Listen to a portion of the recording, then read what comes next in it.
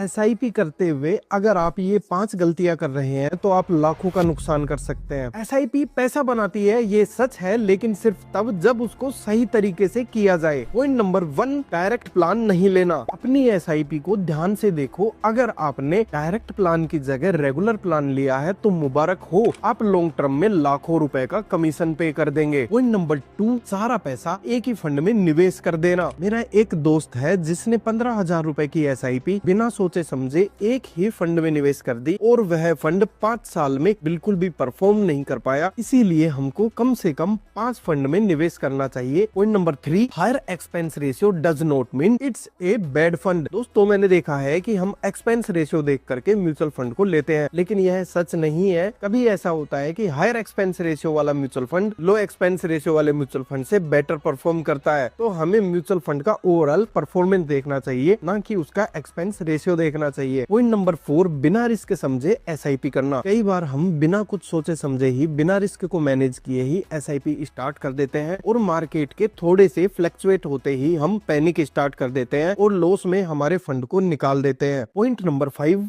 गोल के बिना SIP start करना। बहुत बार हम बिना किसी गोल के ही एसआईपी स्टार्ट कर देते हैं। हमें यह भी नहीं मालूम होता कि हमारा गोल क्या है और हमें कितने समय के लिए एसआईपी स्टार्ट करनी है और हमें फ्यूचर वैल्यू कितनी क्रिएट करनी है। दोस्तों, अगर आप एसआईपी करते हैं या एसआईपी करने वाले हैं तो अपने फंड का नाम कमेंट में लिखें। मैं उसका एनालिसिस करके आपको बताऊंगा कि यह फंड आपके लिए सही है या नहीं है। एसआईपी अमीर बनाती है, लेकिन सिर्फ समझदार इन्वेस्टर को। अगर आपको इन्वेस्टमेंट में सच में ग्रोथ चाहिए तो फॉलो कर लीजिए निवेशोलॉजी को और कमेंट करके जरूर बताइए कि नेक्स्ट वीडियो आप किस टॉपिक के ऊपर चाहते हैं।